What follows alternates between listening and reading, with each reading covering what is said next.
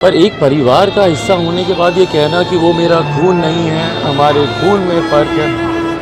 भाई आप मेरे पिता के भाई हैं ना, इसको तो कोई नहीं झुठला सकता। आप मुझे अपना भतीजा माने नहीं माने, बार बार मेरे नाम को लेकर मुझे इस तरीके से बेइज्जत करना, बार बार मेरे ऊपर इस तरीके की बातें करना, मैंने आज तक पिछले 2 सालों में आप देख लीजिए ना, मैंने उनके बारे में कभी कुछ कहा ना कभी कुछ बोला।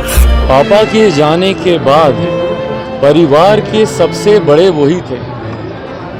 ईमानदारी से मुझे बताइए, अगर उन्होंने मुझे अपना माना होता, अगर उन्होंने मुझे अपना बेटा माना होता, भतीजा माना होता, तो क्या पापा के जाने के बाद वो मेरे साथ ऐसा करते? शिवराज सिंह कह रहे हैं कि अगर 24 लोग आपके काफी ज्यादा करीबी हैं, उन्होंने कल एक जिनके साथ वो हैं, जिनके साथ मिलकर उन्होंने परिवार पार्टी को तोड़ने का षड्यंत्र रचा, उनकी चिंता वहाँ के लिए होनी चाहिए कि गठबंधन चुनाव के वक्त ही तय किया जाएगा। जब चुनाव समीप आएंगे उसी वक्त ये तय किया जाएगा कि लोक जनशक्ति पार्टी रामविलास किस गठबंधन का हिस्सा है।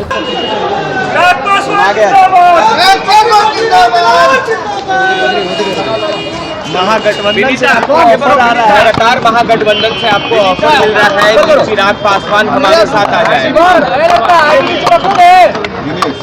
इस बात में शुरू से हमारा स्टैंड क्लियर रहा है कि गठबंधन चुनाव के वक्त ही तय किया जाएगा। जब चुनाव समीप आएंगे उसी वक्त ये तय किया जाएगा कि लोक जनशक्ति पार्टी रामविलास किस गठबंधन का हिस्सा है। तब तक हम लोग की प्राथमिकता पार्टी के संगठन को मजबूत करना, जनता के बीच जाना, अपने जनाधार को बढ़ाना, इसी प्राथमिकता के ऊपर फिलहाल पार्टी का ध्यान केंद्रित है और उसी पर हम लोग अभी काम कर रहे हैं। शिवराज सिंह कह रहे हैं कि अगर 24 लोग आपके काफी ज्यादा करीबी हैं, उन्होंने कल एक बयान दिया है और कहा है कि अगर चिराग पासवान और पशुपति पारस एक साथ नहीं आते हैं तो बहुत ही दिक्कत हो जाएगी। भाई क्या दिक्कत होगी, नहीं दिक्कत होगी, वो अभी जहाँ पर हैं वहाँ की वो चिंता करें। जिनके साथ वो हैं, जिनके साथ मिलकर उन्होंने परिवार पार्टी को तोड़ने का षड्यंत्र रचा, उनकी चिंता वहाँ के लिए होनी चाहिए। मेरी चिंता करने के लिए पार्टी के तमाम कार्यकर्ता हैं और हम लोग भाई उस दौर से अब बहुत आगे निकल चुके हैं। पर पशुपति पारस ने तो साफ कह दिया कि चिराग पासवान हमारे भतीजा नहीं, हमारे खून नहीं है। भाई अफसोस इसी बात का है कि उन्होंने कभी मुझे अपना माना ही नहीं ना। दिक्कत तो इसी बात की थी। पापा के जाने के बाद परिवार के सबसे बड़े वही थे। ईमानदारी से मुझे बताइए, अगर उन्होंने मुझे अपना माना होता, अगर उन्होंने मुझे अपना बेटा माना होता, भतीजा माना होता, तो क्या पापा के जाने के बाद वो मेरे साथ ऐसा करते? अगर मैं उनका अपना बेटा होता तो क्या वो ऐसा करते? भाई अगर कहीं पे कोई कठिनाई थी, बैठते ना, समझाते, बात करते। पर इस तरीके से, जिस तरीके से पार्टी को तोड़ा गया, परिवार को तोड़ा गया, दुख तो इसी बात का है कि उन्होंने कभी मुझे अपना माना ही नहीं। आज पापा के जाने के बाद जिन परिस्थितियों में उन्होंने मुझे धकेल दिया, अगर वो मुझे अपना मानते तो संभवतः शायद वो कभी ऐसा करते नहीं। बट बहरहाल अब इन सब चीज़ों से बहुत आगे मैं निकल चुका हूँ, मेरी पार्टी निकल चुकी है। पर बार बार इन्हीं बातों को कहते रहना, इसका कारण मेरी समझ के परे है कि क्यों इन्हीं बातों को बार बार दोहराया जाता है। भाई आप अपनी पार्टी के कार्यों में लगिए, आप अपने मंत्रालय के कार्यों में लगिए। बार बार मेरे नाम को लेकर मुझे इस तरीके से बेइज्जत करना, बार बार मेरे ऊपर इस तरीके की बातें करना, मैंने आज तक पिछले 2 सालों में आप देख लीजिए ना, मैंने उनके बारे में कभी कुछ कहा ना कभी कुछ बोला। पर उन्होंने हमेशा समय समय पर रह कर जिस तरीके से मुझे अपमानित करने का, मेरे परिवार के बारे में बातें करने का, भाई आज की तारीख में एक बड़ी जिम्मेदारी है केंद्रीय मंत्री के तौर पर आपके पास। उन जिम्मेदारियों को आप निभाइए। एक सांसद के तौर पर आपके पास एक बड़ी जिम्मेदारी है, एक पार्टी के अध्यक्ष के तौर पर आपके पास एक बड़ी जिम्मेदारी है, पर बार बार मेरे बारे में बातें करना, मेरे परिवार के बारे में बोलना और ये कहना कि भाई हम खून नहीं है। कैसे खून नहीं है भाई?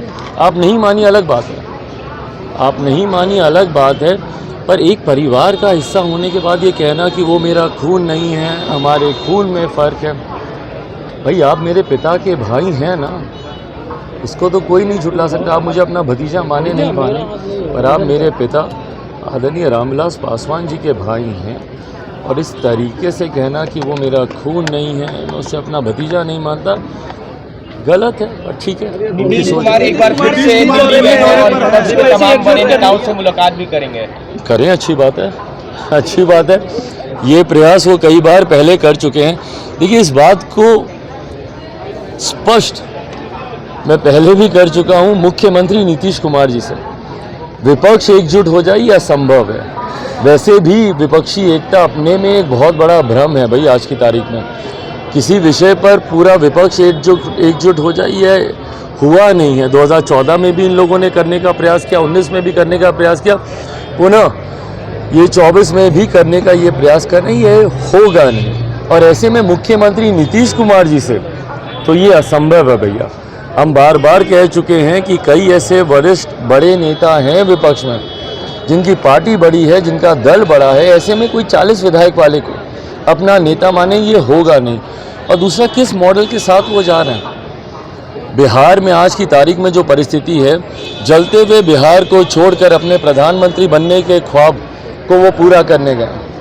उनके पास इतनी फुर्सत नहीं है कि बगल में भाई शास्त्री नगर है वहाँ पे चले जाएं।